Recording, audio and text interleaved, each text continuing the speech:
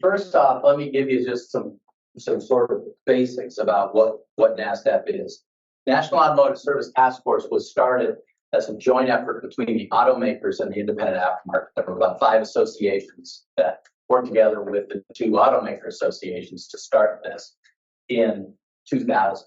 Its original purpose was to resolve all the issues that were going on with service information, tools, OE tools, and the tool information that scan tool makers use to make their tools, as well as training, because at that point in time, the only way you could get training was to buy thousands of dollars of discs, and nothing was really online.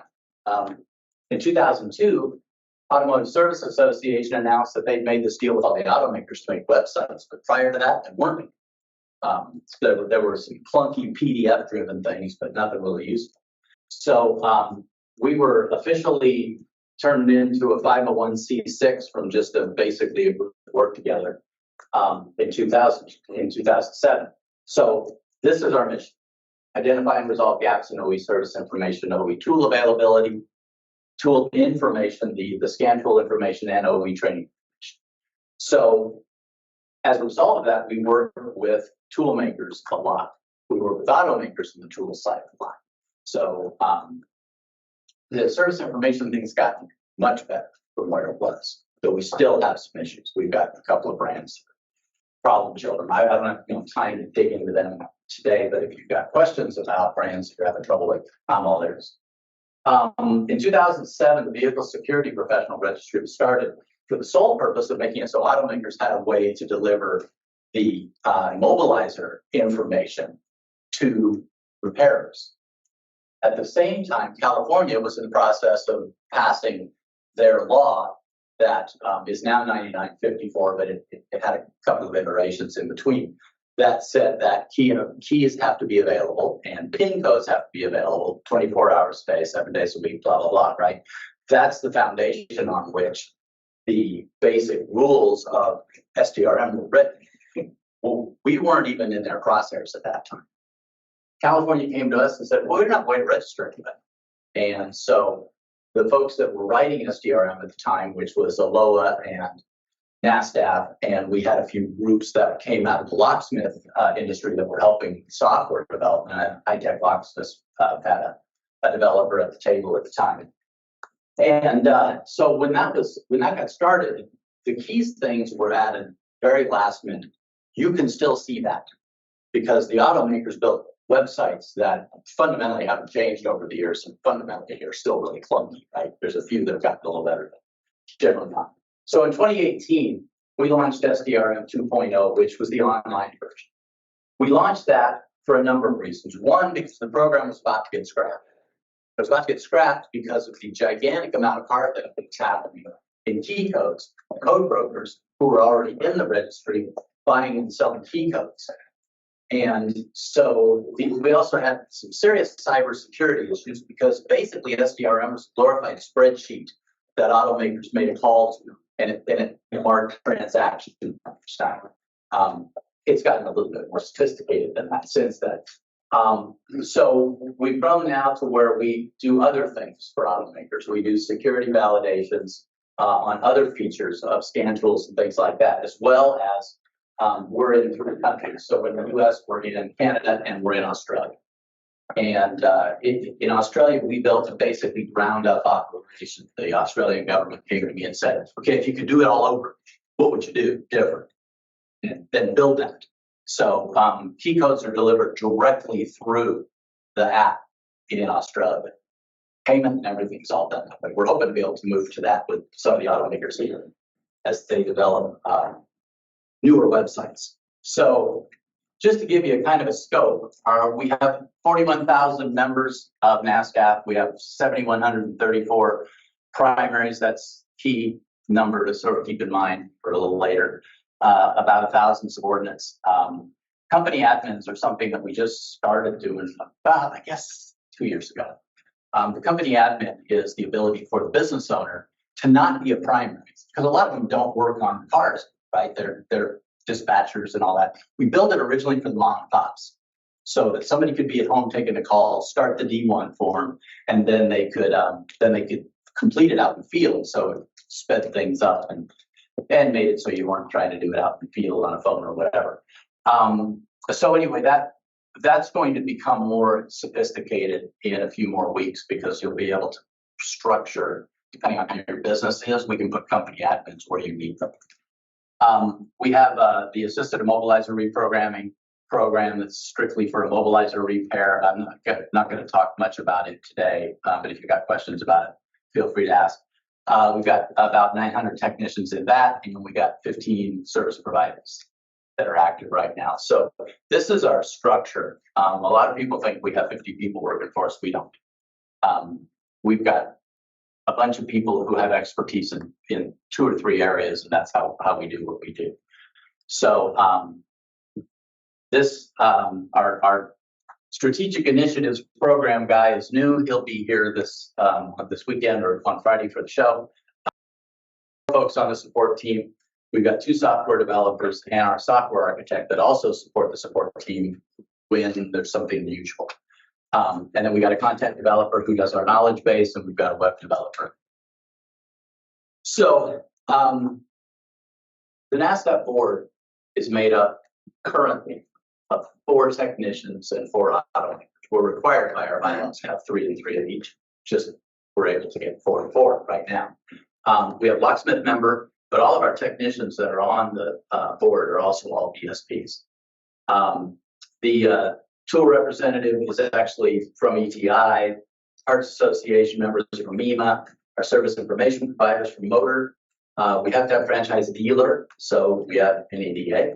In fact, we've got their cybersecurity guy on our board. We have to have 1 educator, but frankly, we've got like 8 on the board that are all teachers, trainers. And then we have 1 more at-large member, which is our immediate past chairman, who's retired Toyota.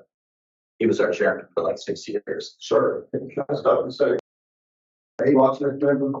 We have 1 locksmith member is required by our bylaw. Who is that person, President? Claude Hensley. He owns Lockman Locksmiths in Tampa, Florida. It's got, I think, 11 guys working for it. Term, a 2-year term? How's that? They are 3-year terms, and they can renew. We put out every year, we put out around June a request for anybody who's interested in board positions. And so if you watch your email, that's where that comes from. So I'm going to talk a little bit about the regulatory situation so that some of this makes sense as to how we kind of function. So in the United States, we've got agreements, we've got regulations, and we've got laws that kind of apply to the things we do. In Canada, because we have BSPs and we have members in Canada, they have a cases agreement, which I'll show you in a minute is the same agreement basically that NASCAF has. And they have an emissions law that has disappeared off the face of the earth. It cannot be found. But it does say that it's to harmonize with the US EPA standards. So we assume it is the Clean Air Act, and everybody in Canada seems to agree. So these are the agreements. The agreements are, in 2008, NASTF had an agreement with automakers. All of the automakers except for General Motors and BMW are signed on to it. Oddly enough, BMW worked with us without any problems anyway. GM didn't like that there was an arbitration component of it, and BMW is just BMW. But both brands have been very cooperative. So all the other brands have signed this agreement. It is, if you look at all of the agreements out there, the most comprehensive one, it's on our website. It basically says everything that's in the Clean Air Act related to emissions and powertrain is also covered on all systems of the vehicle. And that they will work with us on security. It's very vague because none of the laws totally line out security. Security is a tricky wicket for us. Then there was 2014, there was an MOU, big, huge announcement. You know, everybody talks about how the MOU and according to right to repair, this is actually an agreement between the automaker associations and AAIA, who's now called Auto Care Association, and CARE, which is the Coalition for Repair Equality, which is parts suppliers, Napa, O'Reilly's, those guys. And then the Canadian agreement, which is called CASIS, is the same as NASTF's Automotive Service Information Standards Agreement. It just has no security. Then we've got the regulations. So we got the California Air Resource Board that's got the their system, their agreement, which is basically the same as the EPA regulations. Literally the same guy wrote all of these, and then they just sort of tweaked them. And then we've got Massachusetts right to repair, which looks just like California and EPA, but it's really lifted off the NASTF ASIS. And until 2020, when we passed this other piece about telematics and all that, they're still having a food fight. And then we got in California the Bureau of Security and Investigative Services, which is who licenses locksmiths there and who passed the law that we were asked to support for the key code stuff. So who does enforcement? There's nothing here. There's nothing here. Nearly everything I take to the automakers in Canada gets turned down unless it's an automaker that also works here. And then they help us. The MOU we have done since 2020 when we moved to diagnostic network for our service information requests. We've done 345. I will tell you that's nowhere near the number of actual issues people have with cars. They just don't file them so we can help. But a lot of them are. This one fits lots of people. And so it helps with respect to that. We've got an 88% resolution rate. The rest of them are specific brands. So we have troubles with Nissan, Mercedes-Benz, Hyundai and Kia. We've got Hyundai and Kia on the run, and we're basically trying to legislate it and beat up on Nissan right now. So we've had 3 of what we call information review requests. This is when the answer that they got, some of you may know Keith Perkins, he writes really good service information requests. When the information response they got back from the brand is not satisfactory, not at all, they can request an information review request. That committee is made up of 3 automakers and 3 technicians who are specialists in that area. And then they come back to the brand. This is part of the agreement that they signed. They come back to the brand and say, here were the requests, here are the problems, here's how we want you to resolve it. We've had pretty good luck with a big chunk of it, but we've not gotten what we want out of Mercedes-Benz. Some of the stuff Mercedes-Benz does is actually illegal in every state, not just Massachusetts. So we're working with agencies on that right now. Nissan just can't seem to figure out how to get their ducks in a row. But nevertheless, so you've got us and you've got the California Air Resource Board. There's no enforcement of those. They won't even write a letter to a brand and say, you're screwing up. This is a joke. And I'll tell them that on a phone call in a week because I've been dealing with them now for 2 years. They don't do anything with their law. They've never enforced one stitch of it, even when their own technicians come to them. Even when we presented on behalf of Massachusetts technicians. And then the Clean Air Act, basically they say, well, whatever those guys say, that's what we'll do. But they don't actually write any letters or do anything. The guys at California Air Resource Board and NASCAF are the only ones enforcing anything. So it means that what we do is a lot of negotiation, delegation, trying to get things worked out. Now here's the other groups that we work with. We're part of the National Cyber Forensics and Training Alliance, which is banks and other interests where fraud is occurring, particularly cyber fraud. Automakers are in it, and it's basically a way to try to catch and stave off problems that are happening with fraud, primarily bank fraud. But there's things that we get involved with, and counterfeiting and that sort of thing. Also, we tend to have connections to a lot of this stuff indirectly. A2C2, which is the Automotive Counterfeiting Council, which is made up of a bunch of automakers who are trying to control counterfeiting. Customs and Border Protection, we work with them because they sometimes need help before a car gets shipped out of the country in a container to figure out who transacted it to get it there. We also work with the FBI and Department of Justice. So regardless of what you think of these associations, these groups, there's good people working all of them. Unfortunately, that's the folks we get to work with by and large. We're working with the Federal Trade Commission right now on 2 brands that we believe are breaking the law. They seem to agree with us. They're just trying to figure out what to do about it. We work with the Royal Canadian Mounted Police on a fairly regular basis in cross-country situations with car theft. MEMA, which is the Motor Equipment Manufacturers Association, ETI, Equipment and Tool, and NICB. Why do I tell you all this? Because this is how we do it. It takes a village to solve these problems when you don't have direct laws. The problem is it's hard to write direct laws too. So I'm going to show you around our website and our tools a little bit that you may or may not have looked at or had a chance to use. We put a lot of stuff out there. It's a technical website. It's not pretty. It's not fancy. It's just information. So this is our homepage, NASCAF.org. This is the non-login one. We now have a public site. We used to require you to log in to get into the site. We don't require that anymore. You can see the basics of, how do you sign up and that sort of thing. There was a reason for that. We're trying to keep DIYers out of the process as much as possible. It'll be stunts they hold to try to get in. Over on the left-hand side of our menu, which seems to continue to get bigger and bigger, but we've got automaker info over there. And for every brand, there's a brand page. And on every brand page, there are a number of buttons. The buttons change depending on whether or not the brand requires you to actually log in or create an account first. Okay, for this one, I've had 2 of my employees experience issues with that page not loading on either web browsers. Correct. So now I've had Which browsers? Chrome, Edge, just nothing loads at all. And I have to send them the direct links to those, and then they get straight into that page will never load for them. Yeah. And I've tried deleting cookies. I've tried everything I can think of to try to get the browser to be clear up to where it should locate. That's good to know. I'll check and see if for some reason. I thought it would be first, but then when I had 2 employees that same day, I was like, well, I've seen it before, so here's the workaround for now. I forgot to put a ticket in about that. And things, no worries. But nothing on that. So yeah, I experienced the same thing, like he said, to prepare how to get right. Right. They said nothing.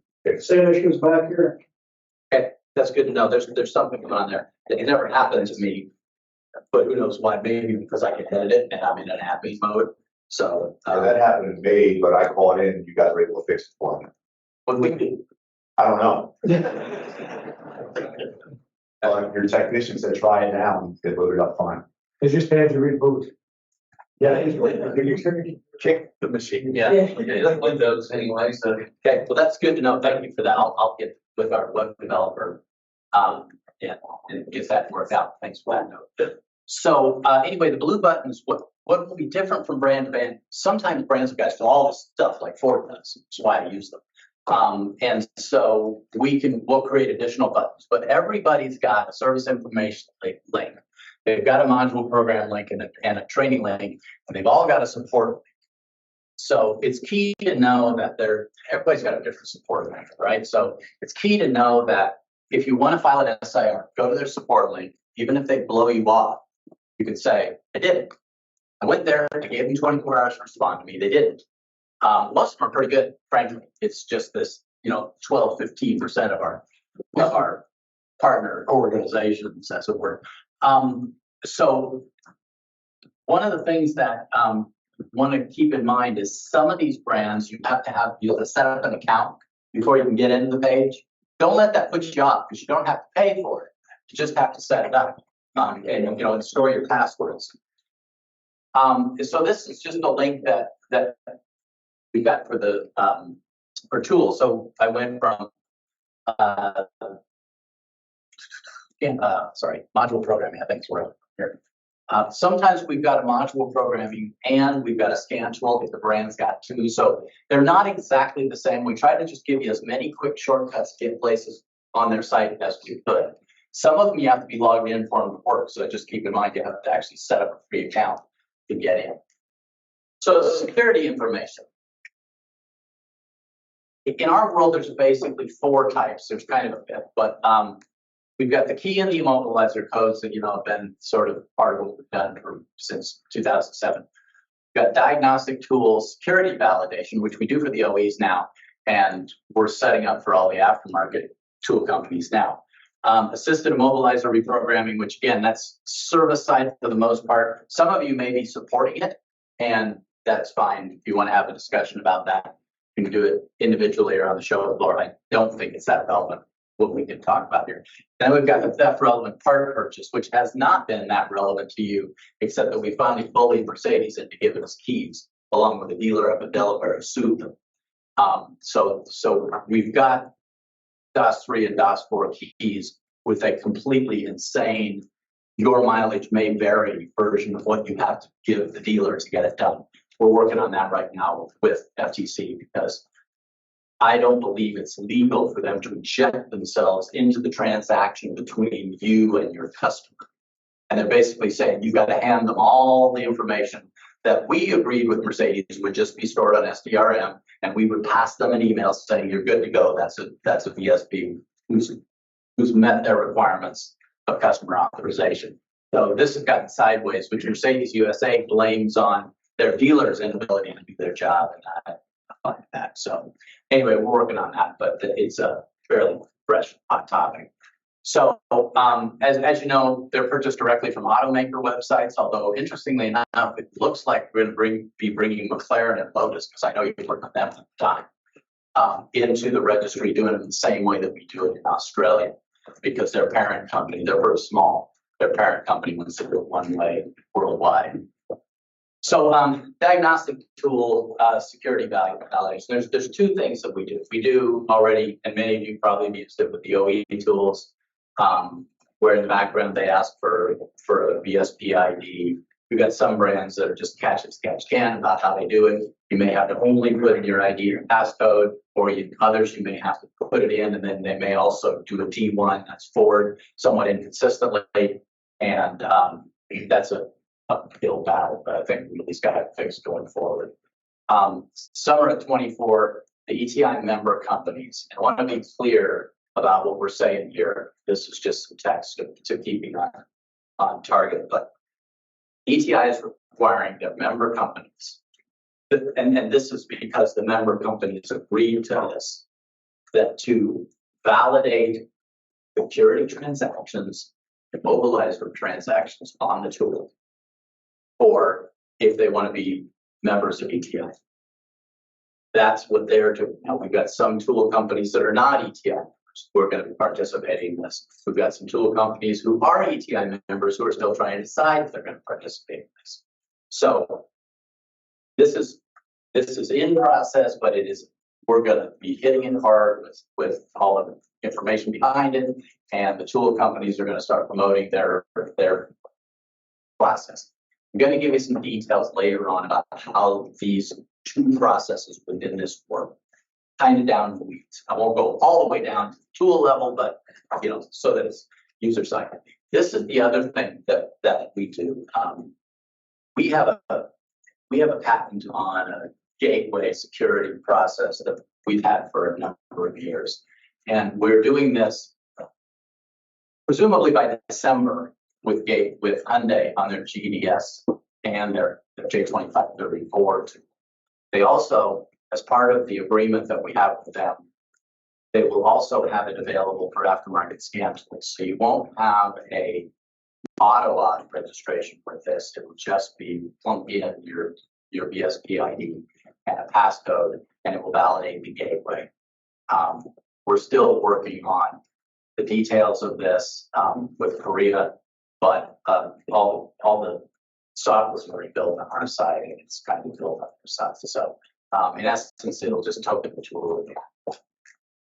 We're hoping it's very passive. You just pop in and out. Instead of planning to require a T1 for it. For the tools. Well, both their OE tool and aftermarket. Here's why it's kind of freaky. So AutoAuth, for those of you who are familiar with AutoAuth, they do the tokening internally for the tools, right? So they're the tokening agency for the tool to open that security session. Hyundai and Kia do it themselves. Well, that in essence means that no aftermarket tool would ever be able to do it because they're freaked out about letting anybody into their servers because the Chinese hack their servers and that caused them problems. Yeah, I have issues with the J2534 software. Totally. That's part of what we're fixing with this. So, and I'll, since we're on it, I'll tell you a little bit more about this. So, the J2534 software is incomplete. The only reason they even have it is because we sat down and had a knockdown drag out me in Korea for almost 3 hours back in 2019. They're like, we're not going to do it. We can't do it. It's the law. The president at the time would love to spank you and then charge you 35% to bring a car into the country. Well, as it turns out, they were afraid of people plugging in dongles and using like J tools with a dongle on their DLC because it was causing their transmissions to shift in first gear while they're going down the road at 60 miles an hour. Bang! Right? First gear, if you're lucky, it's just a motor mount, but it was breaking a lot of transmissions. And they were having to cover them under warranty. Well, so they somehow or another got these two things. There's this thing with Korean where in their language, there's a word for not that you just put in front of whatever you're talking about. And they had it so confused. So once we finally got it sorted out, they're like, oh, yeah, we can do that. So, but then they released this J tool like in 3 months, and it was a disaster. And it's still a disaster. But they keep adding little features one by one, but they charge the US to do it because it's the only place they do it. So Korea charges their US retailers, Hyundai, Kia, and Genesis, which are all 3 different retailers by law. They charge them for that. So they sent them a bill for $3.4 million to make the change that we just got, where you can now do, I forgot what the term is, but in essence, add a component to the vehicle when you're replacing a part.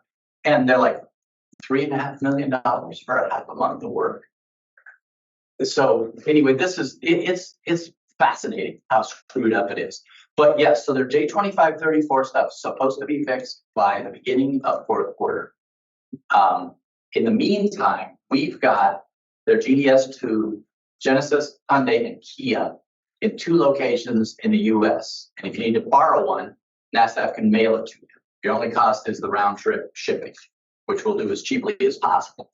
But figure it's going to take 1 to 3 days to get to you because we have to ship them around. I'm sorry. Yeah, ask me about it and I'll tell you all the details. It's actually a page on our site that will go live this week.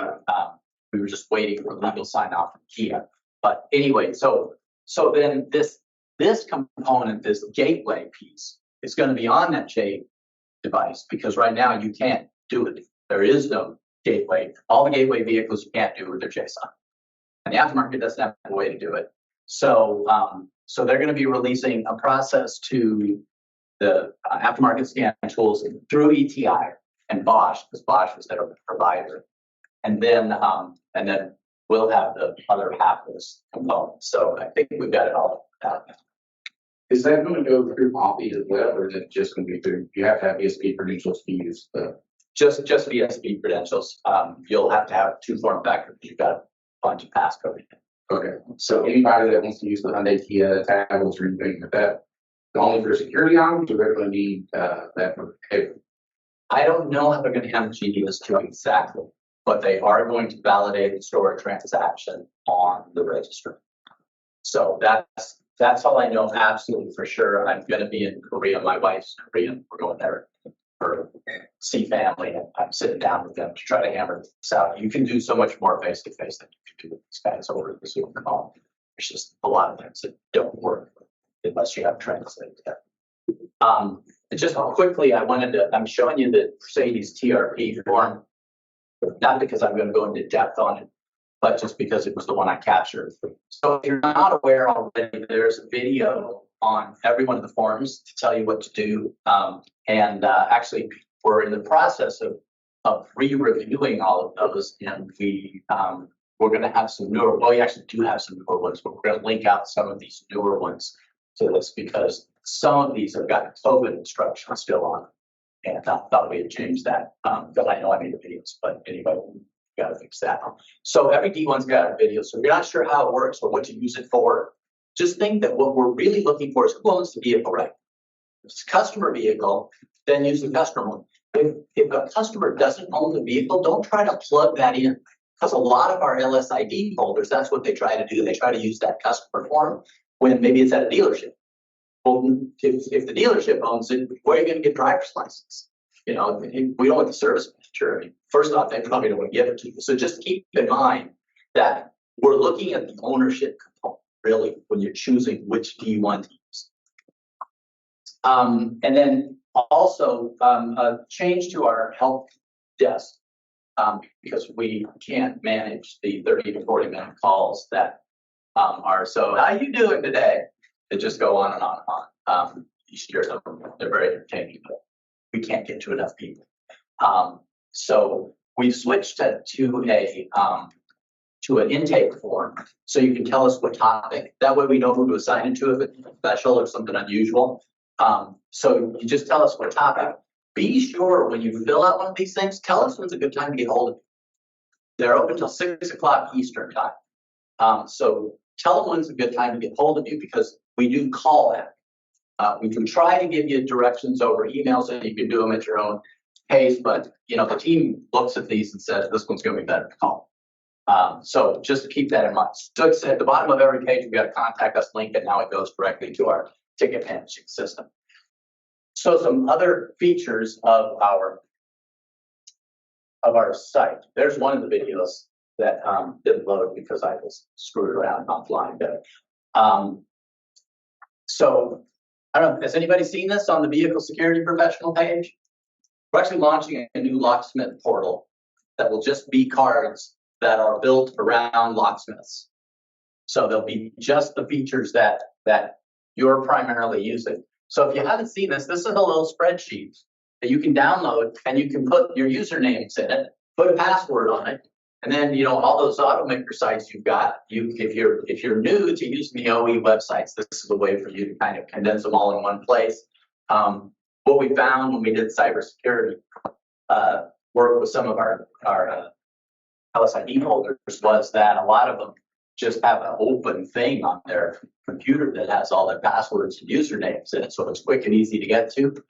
So this way you can at least put a password on it. And it's got everybody's link to all of their pages on it too, so to speed it up. So I mentioned the support ticketing system. This is what it looks like. But also, this knowledge base, we've been sending out knowledge base articles based on the first contact. And we're seeing 60% of the calls get solved with that.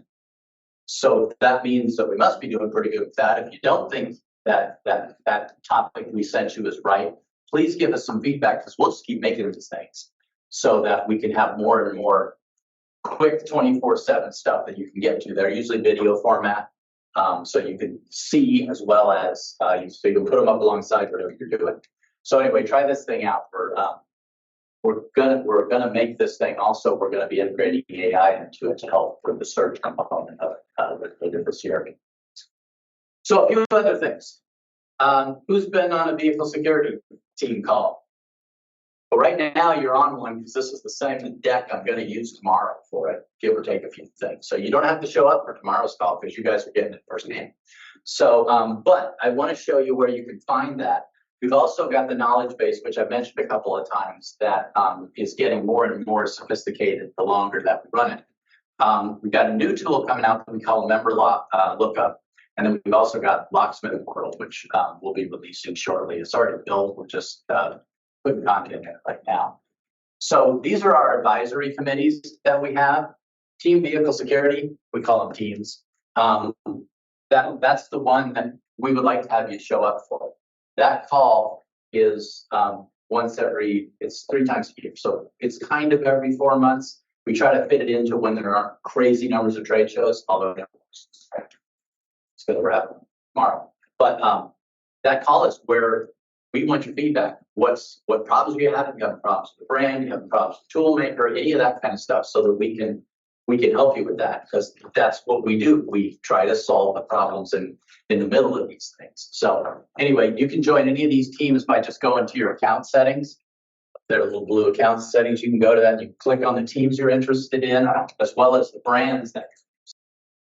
This is another component. This is just part of the stuff we have for VSPs in the knowledge base. This is a series of PDFs. If you're not familiar with how to navigate a particular brand's website, an OE brand's website, so you can get security information from them, and sometimes other stuff, subscriptions and things like that, that maybe are sometimes a little bit unclear. We do a whole group, the vehicle security team. Todd Hensley's team puts these all together in these little PDFs, so you can download them if you want, and you can put them right alongside your computer and follow the step-by-step. And he keeps these, his team keeps these up to speed. We also got General Motors Tech Line Connect, which is, well, dealt with that, you know that that is a continual moving target. They're just having deciding 2 hours for install. Yeah, have a plan and have dinner, have lunch. So this is, I'm just going to show you this. You're the first ones to actually see this. We talked about it at our general meeting last week, but we actually have some screen captures now. So this is our first release of what we call a member lookup tool. And so here are a couple of use cases that we see as this first release using it for. So consumer needs to find a vehicle security professional.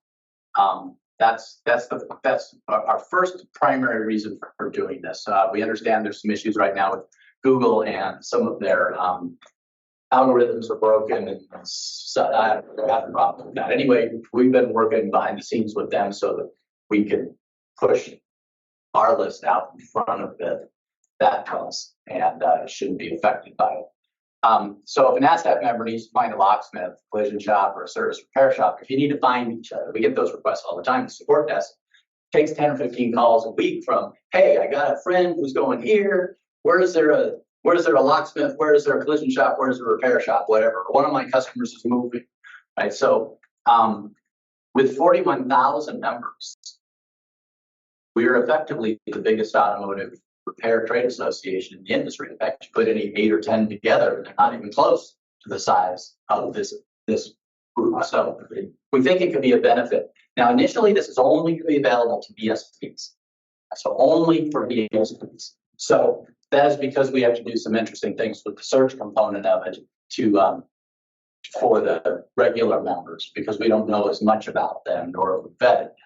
So anyway, then the other piece is we've got distributors asking us to set up a way so that they can verify a BSP for whatever purposes they have. I guess some of them used to use that as a way to sell tools. I don't know, but it's just going to be something they can hit and set up. But that's not going to be in this release. So ultimately, all NASCAF member companies will be able to opt in, but it's only going to be sent to BSPs for the first release. And then the responses will include the BSP side for locksmith. So are you or are you not a BSP? Oddly enough, you might not believe this, we have 13,000 locksmiths in our member database. So so we're also going to set up a separate landing page with its own search engine optimization, because I don't want all the DIYers trying to get NASTF accounts. So while we'll have our information up there, we're actually putting this out. We've got a PR company that's going to help us with that, help us with the launch of the scan tool validation program for the aftermarket. So we've got a page that will be feeding it that you can choose to or not choose to use for marketing purposes. Vetted carkeypros.com, but that's only going to be for locksmith. It will not be for service repair site, because it gets really switchy with the service repair guys who are in the system for a mobilizer or in a locksmith state. They cannot pull key codes. If they pull key codes, then they're breaking the law in that state. So we're just going to steer clear of that whole mess and have it only be locksmiths. So if a repair shop wants to be involved in this, they're going to have a locksmith license for their state, because that's the only way we can monitor it. Some brands, we can't tell if they pull the key code or not, because they send us full transactional codes, so we don't know. So the best way to get around it, just make sure it's only locksmiths. So the BSP members, which would be you if you're a BSP, you'll get an email here pretty soon when we're ready to deploy this, and you'll need to opt in. If you don't want to do it, that's fine. Just don't turn it on. But if you do want to do it, I recommend that you look at your company setup and make sure that it isn't your home phone number, and it's want it to be that way, that they're calling in the middle of the night. So make sure you got the right information in your company setup. And then your URL, even if it's just typed in, we're converting all of those to click through, so that when they search you, you'll be able to see it as they're going to show it to you. So here's what it's kind of going to look like. You're going to choose the country you're in, because we serve Canada and United States currently out of the same database. We may be splitting that here in the next few months if Canada can give us some direction of what they want. And then you're going to search by zip code. and put the distance that you're, is reasonable depending on your market, where you're at, so on and so forth. And then you're going to get back these hits. You can then click on the details, and it's going to display something like this. This is our first blush.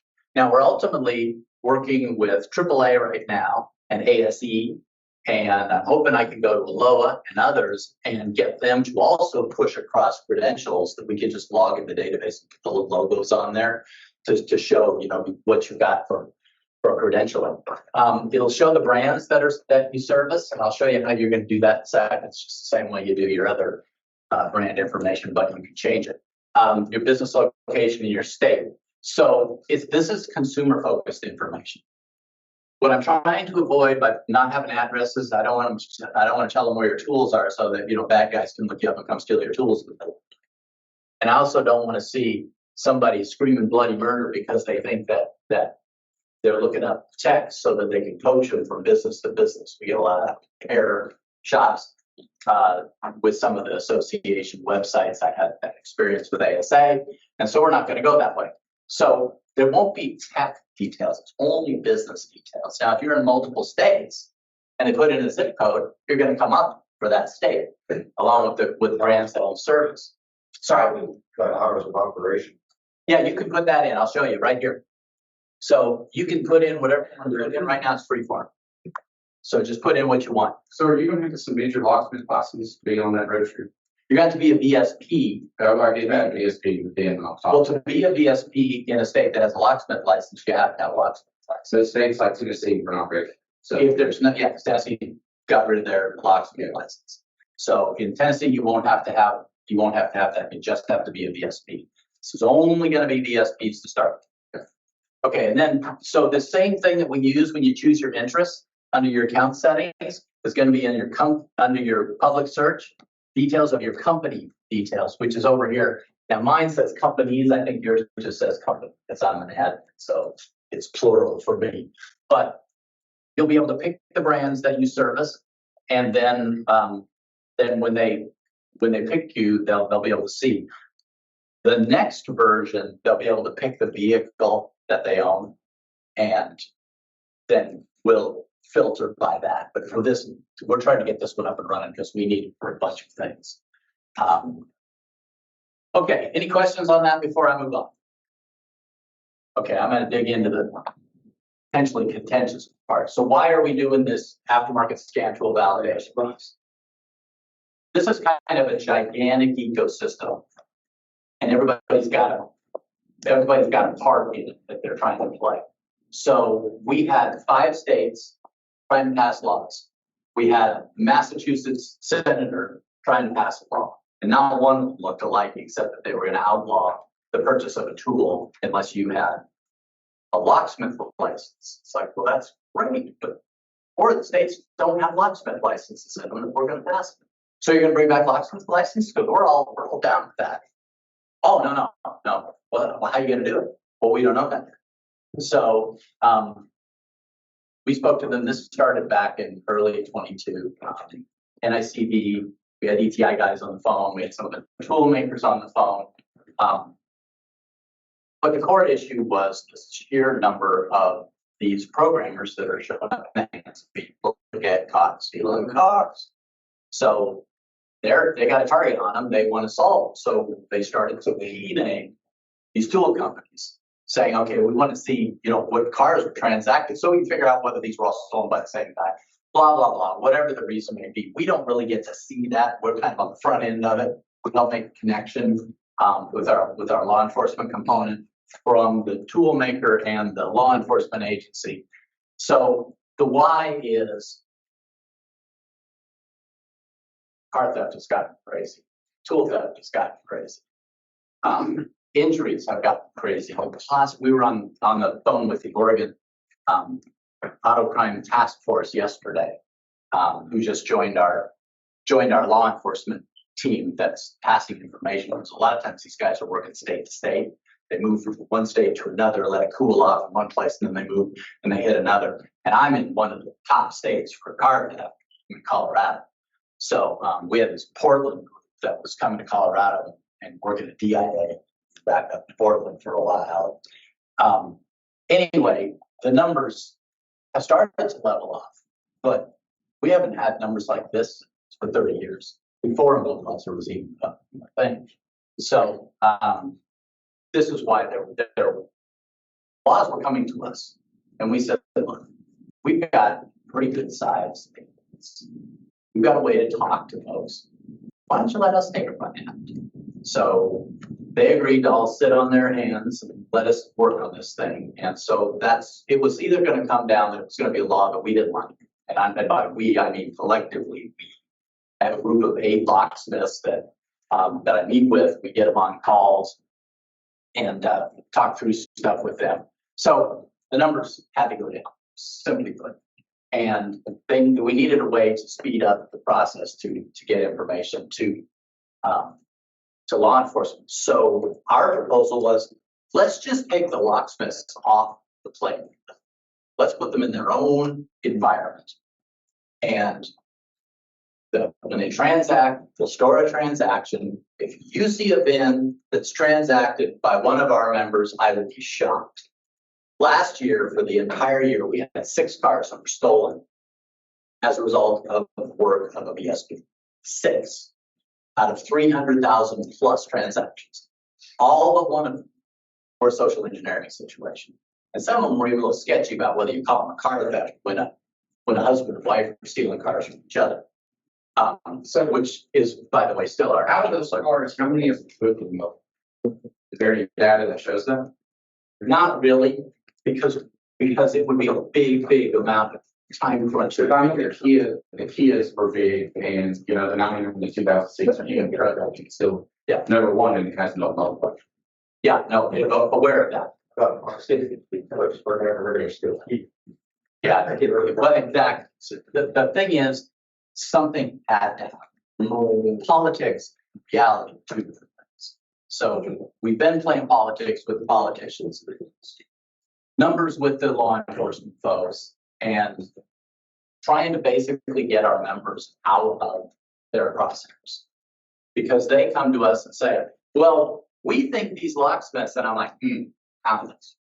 I got the numbers to prove that that's not true. And so once we started showing them that, well, so what do we do? Well, you may be aware of this, you may not. The majority of the first round of those Hyundais and Kias that were getting stolen, mobilizer or not, T codes were provided. The majority of the Honda thefts, T codes were provided by a dealer. So they have a no-break way to get into the car, and then all they've got to do is whatever they need to do in the dark. Right? So the dealers needed to tighten up their stuff. Now we've got multiple brands that feed their transactions through SDRM, so that SDRM and NICB, we've got 2 different types of analysis software. And we both analyze the transactions and then merge or report into one and say, that one looks like it's not a false positive. Because we get a lot of false positives reported because one of our guys, particularly our repossession guys, single highest number of transactions through SDRM, repossession. It blows away everything else put together. There's 500,000 repossessions looking for somebody to pick them up any given day in the United States. So a lot of times they will do a repossession before the police report, where someone has reported the car stolen or the car's been recovered. And one of our VSPs will have already solved the problem, got the car back to the owner, and then the police reports hit, and it looks like, well, the car was stolen after it was transacted, but where NASCF has that side of the transaction, to take those out, and we handle all the identity and the frequency and the locations and all that stuff. So this was the driving force behind this. Plus, the tools that are getting stolen and the guys that are getting hurt, sometimes in the process of them getting stolen. I'm not going to play the videos because I'm not sure I don't discuss. You can do a search on any search engine, you'll get all kinds of hits back on news stories and things like this where people have had some bad things happen. There was this guy, one of our members in Michigan, who went out on a call and goes to a house, and the gal at the door says, well, the car's in back and it's unlocked out of it, and he gets back behind the house, goes to the car. Two guys put a gun on him and they just shoot him. They don't even bother messing with him. Oh, I want to take your tools away. They just shot him, left him. So we just don't think you should have to decide on your life if you're going to go to work. It's bad enough getting scraped up by cars driving on the road, let alone this kind of ground. So this is, to the degree that I can kind of cover all of this, there's a lot of things that this, as I said, it's an ecosystem about what's going on. So for us, for our side of the house, our plan is to validate and log about 1.3 million. That's kind of a scientific wild ass guess. Transactions per year. You just take them out of play. That means if you're doing a transaction through the registry, the only people watching you is us. And if you fill out a form wrong, we're going to call you and say this is how you fill out the form. So we're basically asking you for 14, some cases 15 digits, because we're going to run out 8-digit VSP IDs. And then we'll do the rest. So you plug in your VSP ID, you plug in your passcode off your phone from the app you use, and between the tool and SDRM, we'll log that transaction on your VSP ID. If that car comes up with an issue, we'll be able to say, it was here, it was then, it was this time of day. And if that doesn't line up with your theft, you got nobody else to talk to. You gotta have to talk to somebody else about what the situation was. But we've been able to, in almost all cases, VSPs have not had to talk to law enforcement. We're able to look at the transaction and say, look, that's straight up, did everything right. There are a few where somebody socially engineered them and they want to get descriptions and things like that, but it's really rare, really rare. So law enforcement has another piece of this that's their problems, and we've actually are involved in this because of the NCFTA. A registry manager was with HSI, which is Homeland Security investigative arm, before he came to work for us. So by virtue of that, we know a lot of these agencies. So what we're trying to do is connect agencies. Customs and Border Protection needs to be able to talk to local police, needs to be able to talk to federal police, and FBI is involved in one thing, but they're not involved in another thing. And Homeland Security is interested in this state, but they're not interested in that state. And we keep kind of a running tally, if you will, of who needs to talk to who through our NCFTA partners. So we're also developing tools to sort of disrupt the tool and vehicle theft component. And part of that is what the tool makers are going to do with their tools to hopefully keep them in your hands and not in the hands of somebody else. We also have got a database that we use to assist law enforcement in serving subpoenas to both automakers and tool makers. And that sounds like a bad thing, but it's actually a good thing, because mostly what they're doing is just looking for some help. They're looking to solve a situation that happened, and they need to know that that was a good transaction, that was clean, it had nothing to do with whatever happened shortly thereafter. So this has become, we were doing 4 or 5 calls a month. Now we're doing 4 or 5 a week from law enforcement agencies. So we've got an email string, and we've got an email blast that goes out with things that are happening in car theft and fraud. So the other goal is to increase vehicle recovery rates, which we've been able to do in the last 2 years.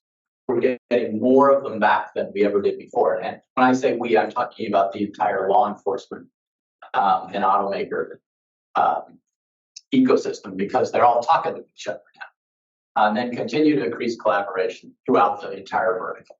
And again, hopefully just to take you out of that equation so you don't need to be involved with it. As I mentioned already, NASTF and NICV, we have software that analyzes both dealer and aftermarket feeds for any unusual behavior. NASTF reports dealer issues to the brand.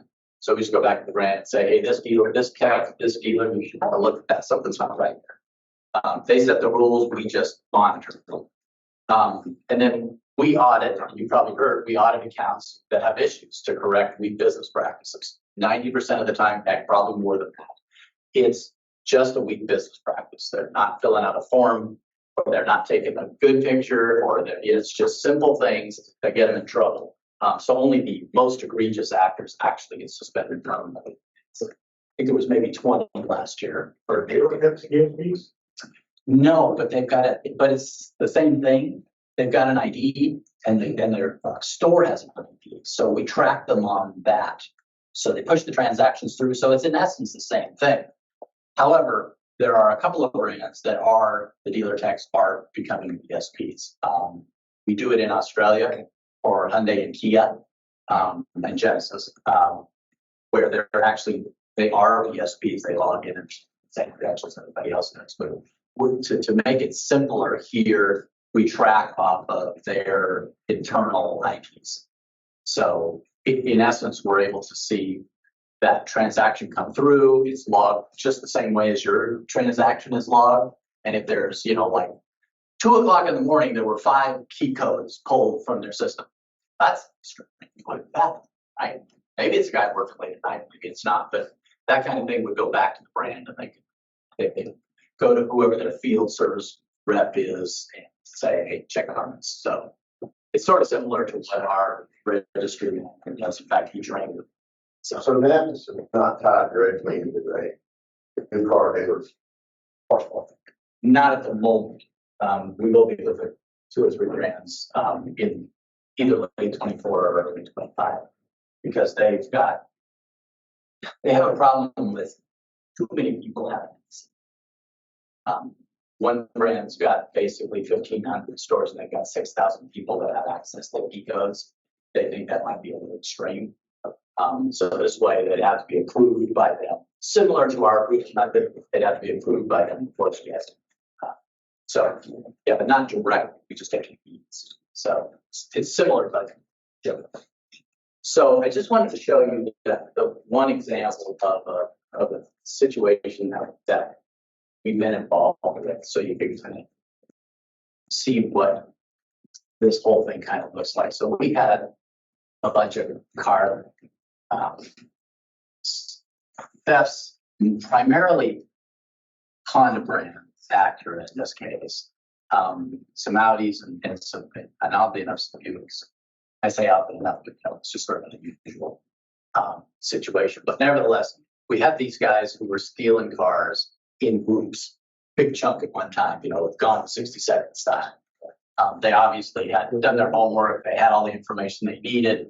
They were buying keys from code brokers who had a network of code harvesters. The code harvesters are primarily working through dealerships or at a dealership. And then they pass this information off to somebody upstream. This is organized crime. This right here is really scary organized crime stuff. So they pass the key codes along for $10 fee. That's basically this guy. Then this guy provides the key and sells it for half price. What's on the website? The website sells it for full price. And then the key codes are used to cut the key door entry. These guys were using that method primarily, but they also had what we call mules at dealerships that they were buying through.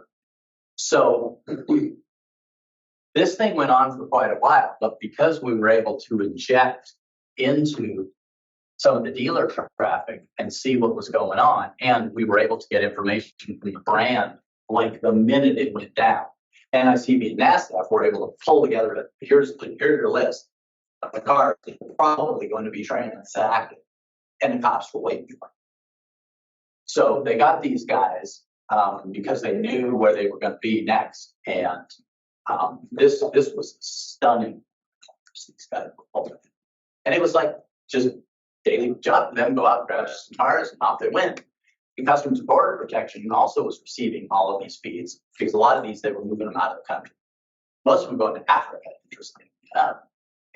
So this is just one example of how we're trying to disrupt this. All of this was done in minutes. 6 slides before that, you said 14 digits.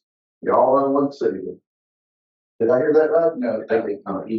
They're not using that. Yeah, these are not NASTF PSPs. This is what I'm talking about, is splitting this traffic. But this is a deal. This is an OEM oversight that's caused this issue. Yeah, this was really, and even though the OEMs thought they had oversight, they found out they didn't.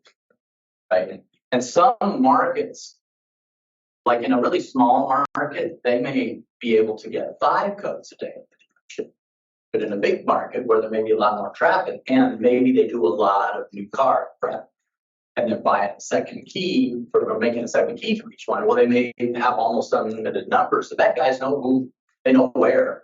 And so they work these. So anyway, I just kind of wanted to give you sort of a overview of that. So I've already described this to you, but it's fairly simple. So how does a scan to a transaction work? So these are just some block diagrams. So you need to add a key, all keys lost or an immobilizer reset. Now there will be ultimately about 3 brands, maybe 4, that are going to be using gateway access this same way, but it's going to be the exact same processor.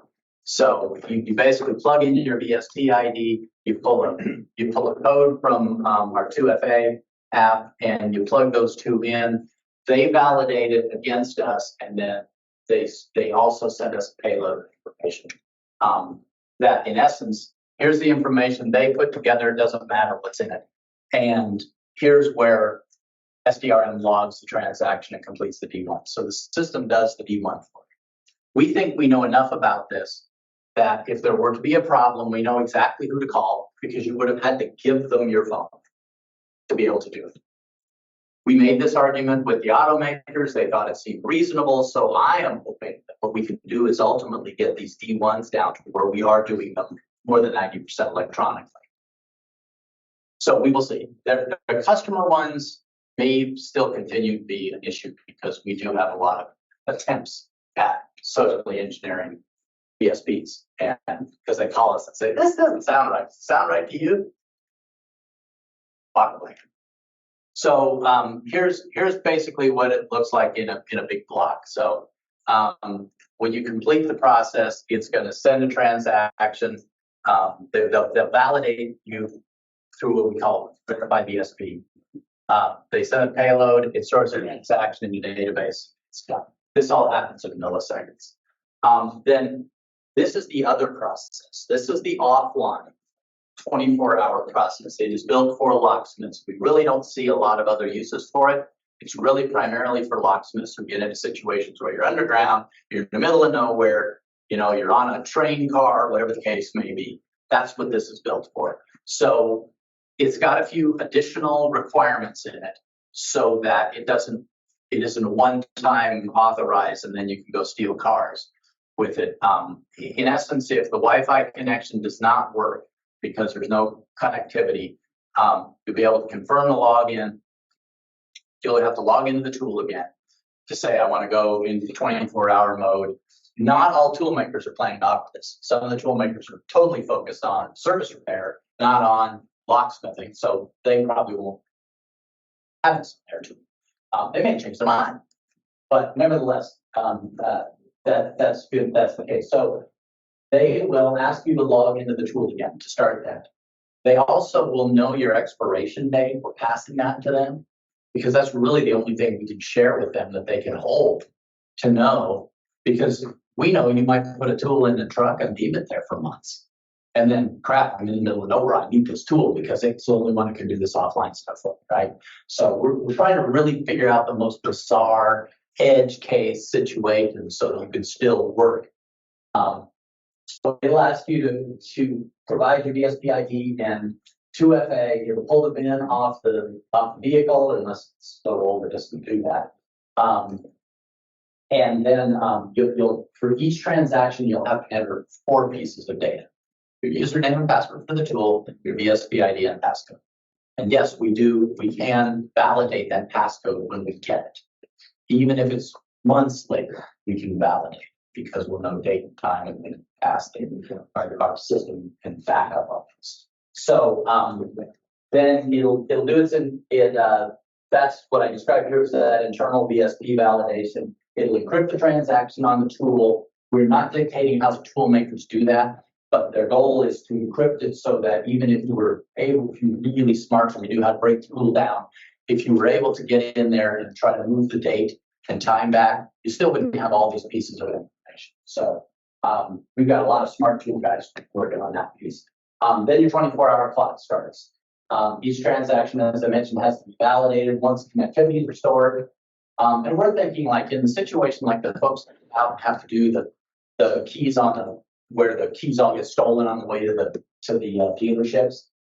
Those situations, oftentimes there's no connectivity. We work with a group that does forward stuff on that. Past time we can't get the OE tool to connect, we have to set up a hot spot out there.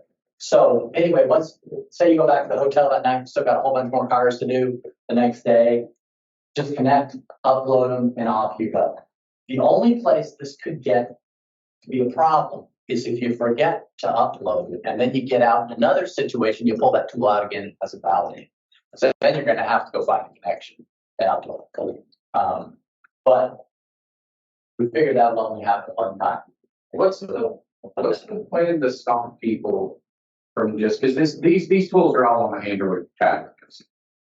Some of them are, yes. Yeah, so what's to keep someone from putting that software into a deep freeze to where it takes 24 hours is 24 years? They still have to transact every single time. They still have to know all of that information. They still have to have a phone. They have to have. How many cars can you, well, I was just saying, so like how many cars can you program offline? We're not currently putting a limit on it because we're waiting for, we want to see what the folks that do this in the field tell us. I don't want to get into a bind. We had a group that had to do 260 Nissans in a day. So if we say you can only do 20 cars and then you got to drive back. So we can change the rules on this on the fly if we need to. So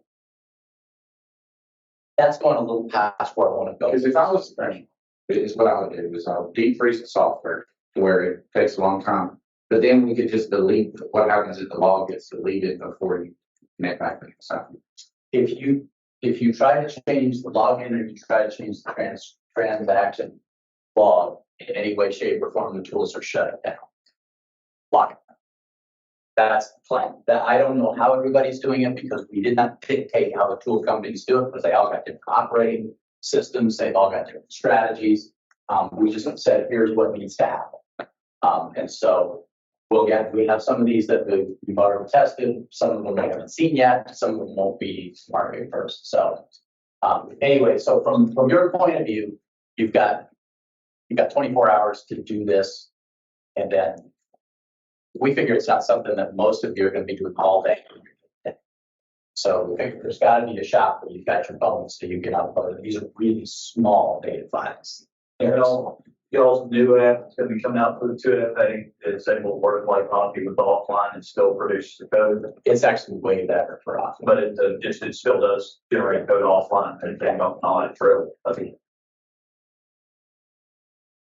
In fact, our hope with that is that we can actually validate a driver's license for you in about 46 states. So you won't have to upload it, you won't have to store a picture of it. NCIC. That's not NCIC, that's DMVs. Okay. So there's a few DMVs we can't do it in which case we could be able to do it in those states, but we're hoping to be able to do that. It's new tech. They do the stuff for the airports as well. So, but AI driver's license fakes. We were just at the National Cyber Forensics and Training Alliance. Their big anti-fraud thing. It's scary how good these are. AI driver's license fakes are. So, I just want to be clear. This process has no effect on diagnostics. If it's a tool that does diagnostics too, it's not going to ask you to do anything the tool would already ask you to. Now, some brands are saying, well, we don't have to log in, but we're going to put one on it because the goal is to not have it desirable to steal your tool. So it will not have any effect on diagnostics. The tool does not need to be registered. Right. So if you've got a registration with a tool maker, if you've got auto auth or one of the brands that, whether it's, a Stellantis brand or, Nissan's got some stuff. I don't know how Mercedes does theirs, but it doesn't matter right now. Aftermarket tool makers have got quite a lift to get all the stuff that Mercedes don't. So you do not have to be a VSP to use the tool, except to do the security. If you're already a VSP, This was a good question I got off the internet. I didn't think about this. Remember, VSP, there's nothing you have to do. You're already there. Just got a bunch of numbers in, but the two will ask you. Here's just some things I wanted to kind of cover real quick. If you are not a VSP right now, see the registry. You need to have an employer ID number that's part of our account. If you're a sole proprietor, call the support desk and let them help you through it. Although, if you're not putting something between your life and your customers, and you're a sole proprietor, there's money to be saved by not doing that. You should be shocked how many SPs we've had. Got a weird question. I picked this out. So in the applying for supporting accounts, it states that if I'm picking up a corporation, I've got somebody that's not a BSP provider on that have a dedicated HR department, they can provide employment for my employees. But me as being the owner of a single owner LLC does not constitute an HR department because I'm not dedicated enough. You can provide us with. They denied it. I wrote it in my name, signed it, everything, kicked back. So I got tired of fighting it after 2 kickbacks and sending W-9s. Well, so that's the easiest way to do it, is to redact everything. Well, for me, because I didn't have access to my payroll portal, because that's my office man who deals with the payroll side. So I had the ability to write my letter on company letterhead and sign it with my name, plus my BSP credentials too. They got kicked back twice. Okay, well, show me that. Good. And let me look at, see what the policy reason was for that. For the fraud is. I get the fraud side. That's where me as being an already vetted, credentialed BSP, that's where I was like, this is making no sense. And it didn't get much more dedicated to me having my BSP credentials and owning the company. Yeah, no, very good. So you need to have proof that your business is in good standing with somebody that's a government entity. Worst case, you can turn in, if you're sole proprietor, you can turn in a redacted tax document. But we don't care whether it's the city, state, county, or federal government. I mean, as long as it shows somebody knows you exist. You need a driver's license. I get a lot of questions, why do I have to have a driver's license? Because you have to have a driver's license to drive a car. And you're working on a car. It's really that simple. That's why the rules are what they are. The insurance company won't even cover it. Which, by the way, we are in the process right now of negotiating some insurance deals because we are technically a trade association that would get you all discounts because you're VSPs and you're low risk. And it hadn't occurred to me because I've talked to insurance companies on behalf of a few members. It's like beating your head against the wall if you're locksmiths and mobile diagnosticians. So our primary focus is on locksmiths and mobile diagnosticians to try to get some options in hand. So just so you know, insurance companies are looking at 51% or more of your work done off-site as their deciding factor in when they go into underwriting. So I learned that kind of by accident. So, but that's their bogey. So generally speaking, if you're over 51% off-site, they may deny you coverage because they consider you a and they're thinking that you're going to change oil in parking lots and leave a Superfund site behind. They're thinking that you're going to do brakes in parking lots, and we're trying to tell them that's not what these guys do. And they think that everything that you do is like keys and numbers. They don't get the idea side of that. And there's going to be growing and more calls. What do you think with all of this coming down the pipeline? Talking about the insurance side, having some sort of between us and such our trade organization.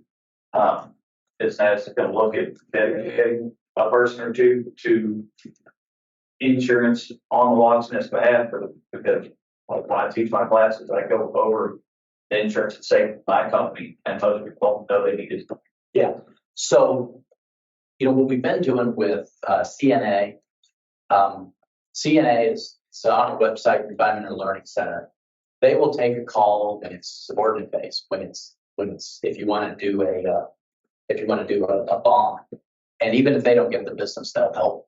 So the agreement I'm going to make with any insurance company, I don't need residuals. A lot of trade associations go for residuals. I don't want residuals. I want you guys to man desk and answer these questions. because we're not insurance experts. I mean, the people on my support line, they're IT people. So that's my goal with that. And then if we need to add another person and the revenue stream fits it, then we'll do it. Really quick, so just the driver's license is non-negotiable, right? Driver's license is non-negotiable. The only scenario we have gone around was we had a blind locksmith. I'm not shit.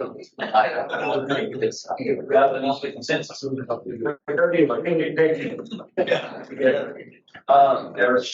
Actually, she was very picky. At any rate, she had a driver. So we set the driver up as a company admin, their driver's license, they drive the car. So we've got proof that this person is blind, fixing locks. And is that amazing? Yes, right. So there's, I can't find it else. Guy on the board, I consider it just a person who says, if you think he doesn't have a driver's license, he had this in the state audience, so he had a driver. It must be something like that. Yeah, we're just going to have to be able to really clearly prove that. So, yeah, having just support this. Email support and say, I need to talk to the registry. And is NASCAF moving to where y'all are going to require only the gold star driver's licenses? Or Well, you really can't because it gets kind of sketchy in some states because the rules are different depending on the state.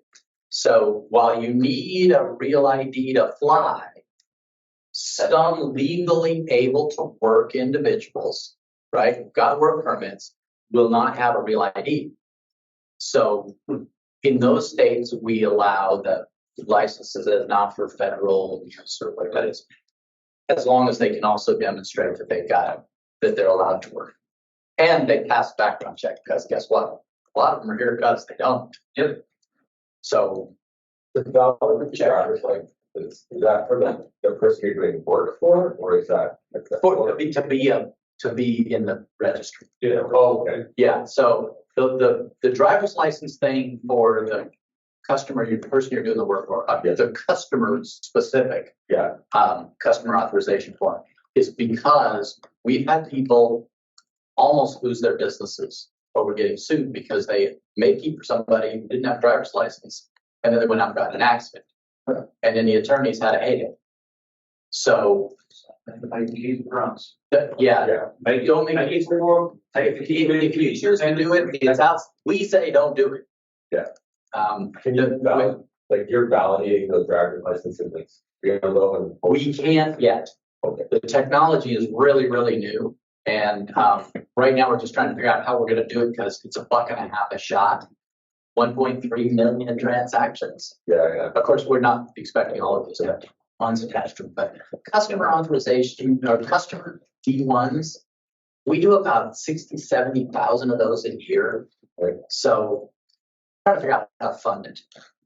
The cost may come down if we buy a big block, but then there's 4 states we can't do it in, Oregon, and Florida, and California, and, I'm sure Colorado's right behind us, wherever California does, we do. We're from Canada, you don't forget about the Well, and then we've got PIPA, a situation there, which is slightly different than the PII laws in the United States, which are really loosey kind of state to state.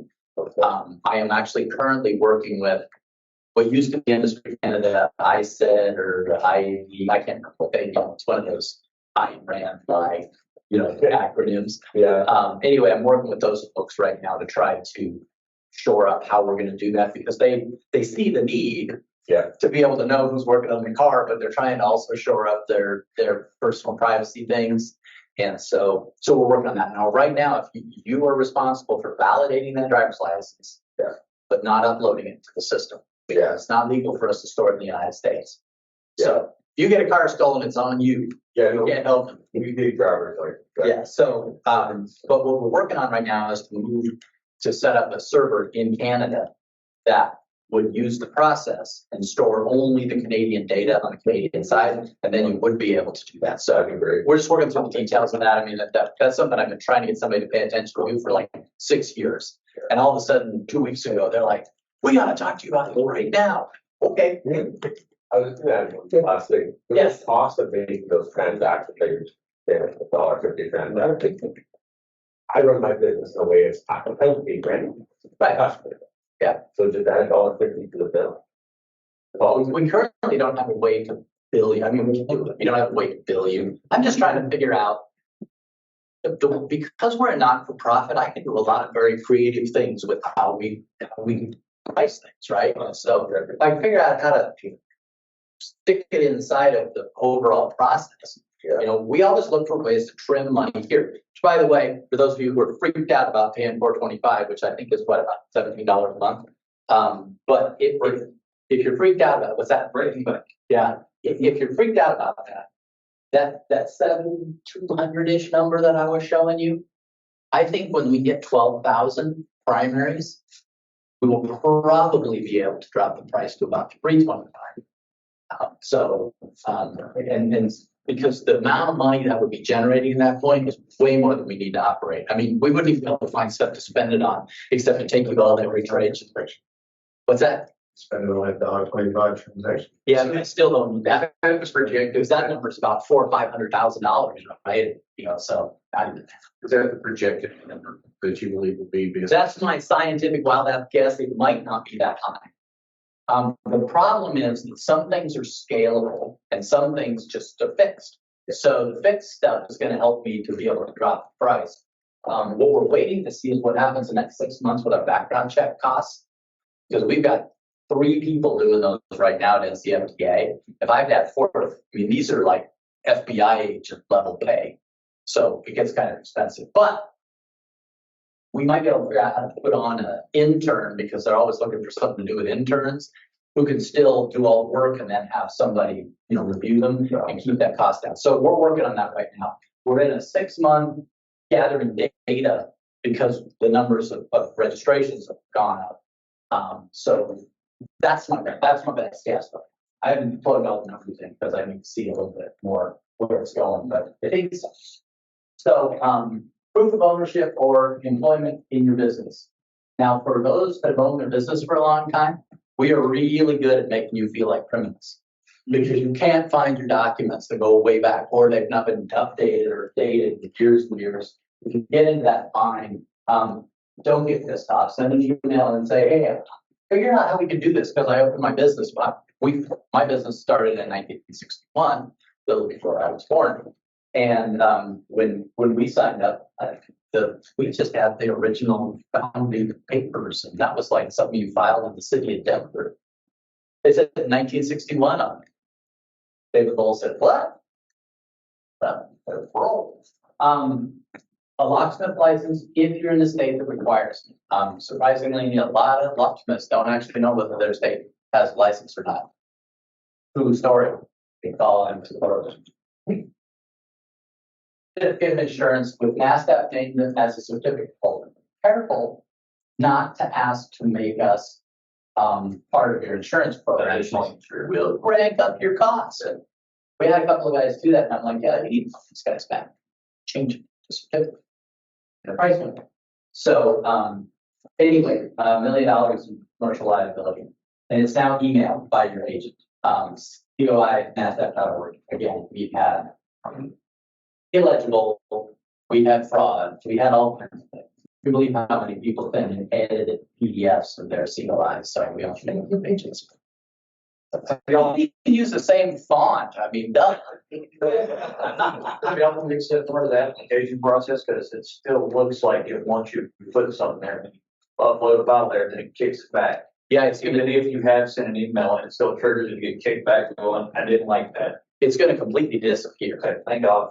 Yeah, it's going to completely disappear.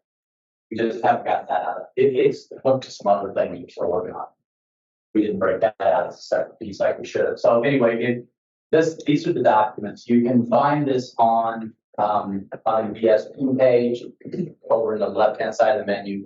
There's a downloadable version of the checklist that has more detail than I put up here, and also includes the subordinate requirements. what should the subject line be? Whatever you want to put on, it doesn't matter. It's It's automated. always address mine just COI, and that's it. It's all put. Yeah, we've got an automated process that looks for the attachment and responds back if there's no attachment, because that happens all the time. And if there's an attachment, then we've got one person who sits there and uploads COIs to accounts. She does it all day long. She's a machine. So yeah, it doesn't matter what you put in there per subject. So we, as I mentioned, we're putting this locksmith portal together, and in fact, on the new BSP page, there's videos for each one of these things that just aren't linked yet. They're already made. This stuff's all just like happening right now.